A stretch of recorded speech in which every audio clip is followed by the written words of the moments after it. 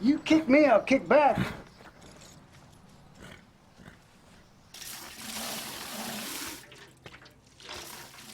How is she, Doc? She's got a hairline fracture on her right hind leg. When will she be able to race again? It'll be months. You know what happens? Here you've got this half-ton animal galloping at 36 miles an hour. And for one split second, you've got that foreleg out front, all that weight, all that force gets thrown down into that one small hoof. 12,000 pounds of pressure on that thin lower leg.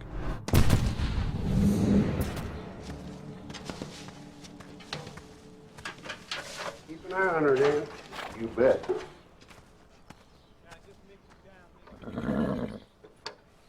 Don't you have a home? Season's over. Boy, I sure was looking forward to seeing her race against Foolish Pleasure. I hate to disappoint you, but she's done for the year. I'm gonna take her back down to Camden and let her grow into a 3-year-old. Let her be a horse for a while.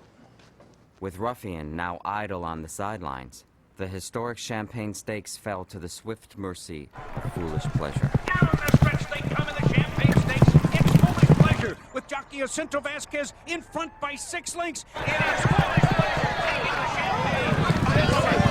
Gentlemen, my colt, Foolish Pleasure, is now unbeaten in 7 starts. Now that's at 6 different racetracks, 6 different distances. And what else has he got to prove?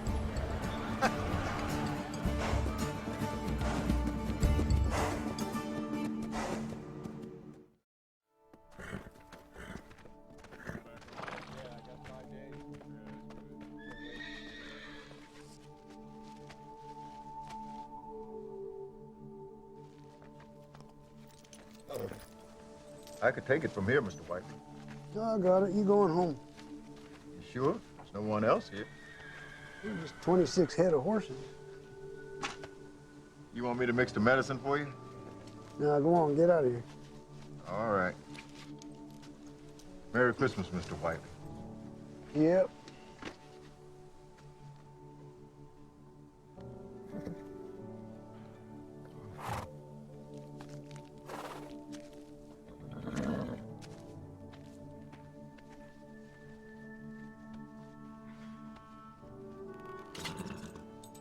Oh, girl, you know I can't turn you out. Just run yourself silly and get hurt again. You probably don't even know you're hurting, do you? Maybe a year or 2 from now. You make them colts cry, Uncle.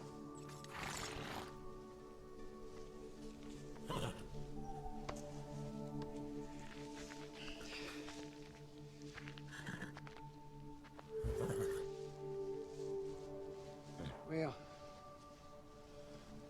tell you what, one little stroll. Just 'cause it's Christmas.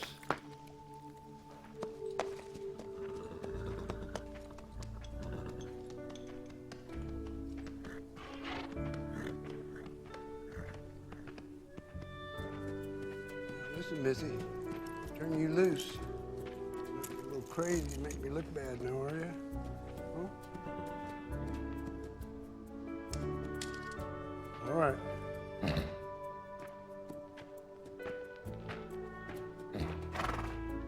Like the little lady.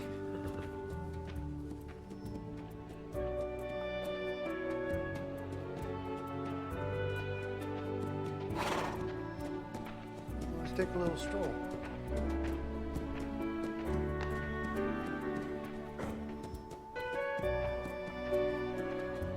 Here.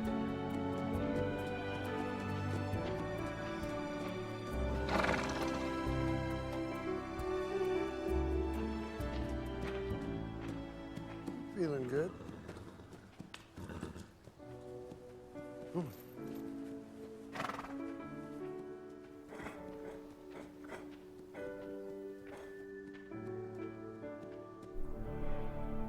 There was a sense of electricity in the air that spring morning. She came back to Belmont groomed and glistening in a black fur coat. Bigger than she was last season. Wider, taller, fuller, looking like a princess who had grown into a queen. 133 and 2/5. She's flying. Welcome back, Mr. Whiteley. I knew my day was going too good. Looks like your filly's back, too. Got any race picked out yet? A couple weeks. Nice to see you, too. And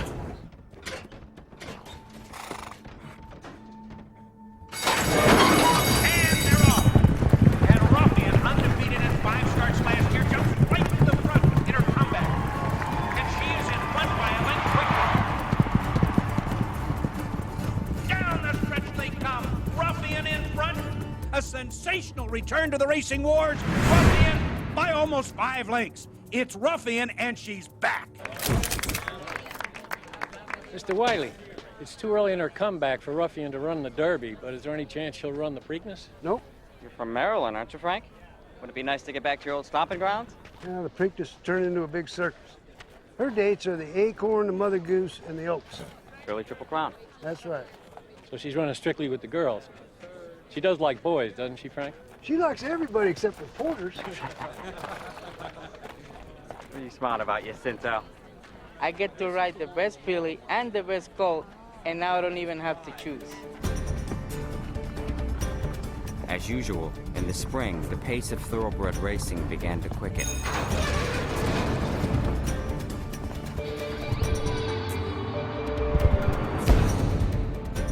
A month later, Foolish Pleasure came from behind to win the Kentucky Derby.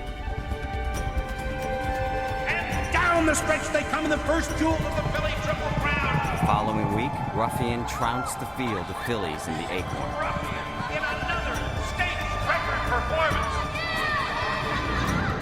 But then, Foolish Pleasure fell short at the Preakness, while Ruffian just kept rolling, winning the second leg of the filly Triple Crown and once again setting a new stakes record. Mr. Lauren, as the man who trained Secretariat, I wonder if you could share with us your thoughts about Ruffian.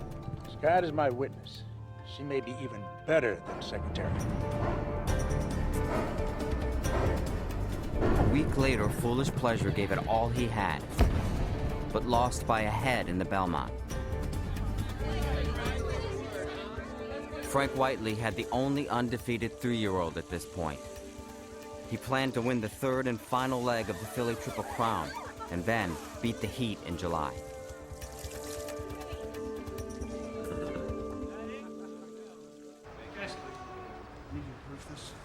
Particularly this name, that fact, and also check on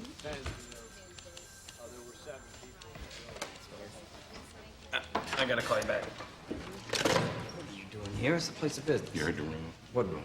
Race of Champions. Race of Champions. Yeah, the big boys at the NYRA, they're trying to do something to spike attendance. Yeah, so? 3 different horses, each won a leg of the Triple Crown this year, right? Yeah. First time in 5 years. Right. You can put all 3 of them into one starting gate, see which one's the best of the bunch. What about Ruffian? The boys forgot to invite her to their little stag party.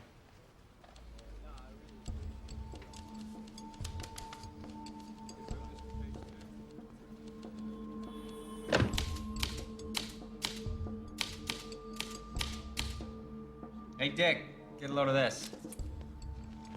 Race of Champions? That's either a bad joke or false advertising.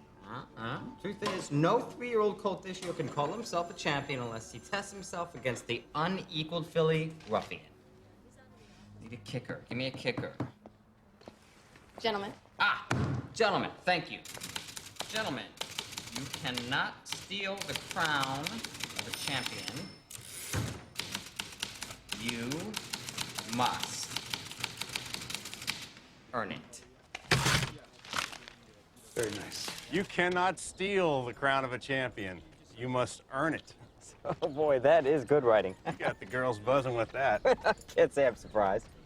Frank like it? I think you'll have to ask him about that. I'm sure he did. Field of 4 horses, 3 colts and Ruffian. The column got it right. Got it right? Avatar's already on an airplane back to California. He's not turning back. And there's no way in hell Leroy Jolly's gonna run his colt against another stalker like Master Derby and my speed horse. Now you watch. They'll find a way to get Master Derby to drop out too. And then where's your 4-horse field, huh? How many horses we got left?